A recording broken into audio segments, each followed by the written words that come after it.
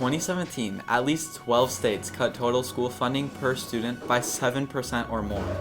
Local government funding per student decreased in 19 states over the same period, furthering the loss of government funding cuts. Money is important when it comes to student achievement. According to the School Finance Research Collaborative, the cost to educate a regular student is $9,590. We now turn to the Saline Superintendent, Scott Graydon, as he brings us his perspective on this topic. I think it's important for leaders to understand and for communities to understand that ultimately when schools are going well, the benefits are to the students and to the future of our communities.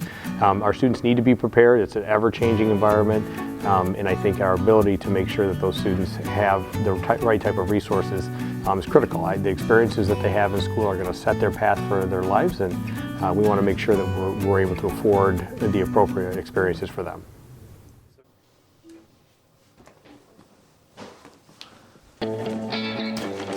Public school funding in the United States is not equal.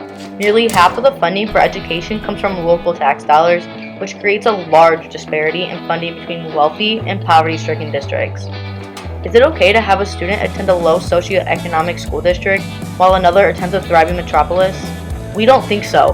But to give students an equal opportunity, we need equitable funding.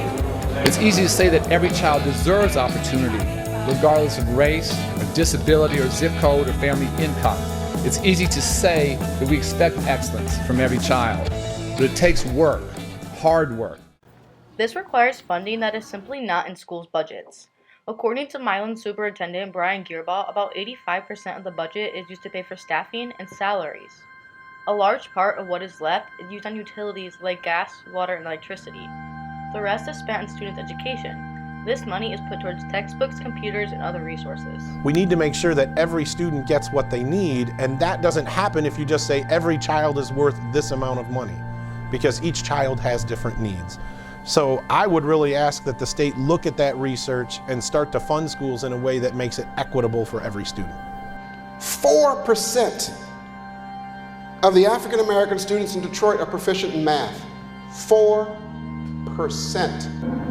There is not a city in America in which more than 25% of African American students are proficient in math or reading.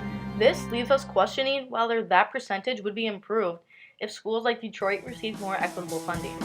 Really what we're looking at also is nationwide how well the students have been doing over that time period and if we've had any significant increases of student achievement. And what we found is we have no significant increase of student achievement. It's stagnant at best. Ranking behind Norway, New Zealand, and the United Kingdom, America ranks 4th highest on educational funding with a GDP percentage of 6.1%. With these statistics, many say that we shouldn't be complaining about school funding when compared to other places around the world. So maybe we rank high, but ranking high doesn't mean we get the amount of funding we actually need to support our education. Ranking high isn't an excuse for cutting school funding across the US. And yes, many schools in America could have it worse. But at the same time, many schools in America could have it better.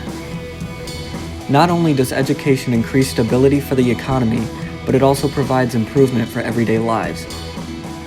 What our responsibility is to our students is to make sure that education is funded to the very highest level we can, so every student can get the education that he or she needs based on what their pathway is for their future.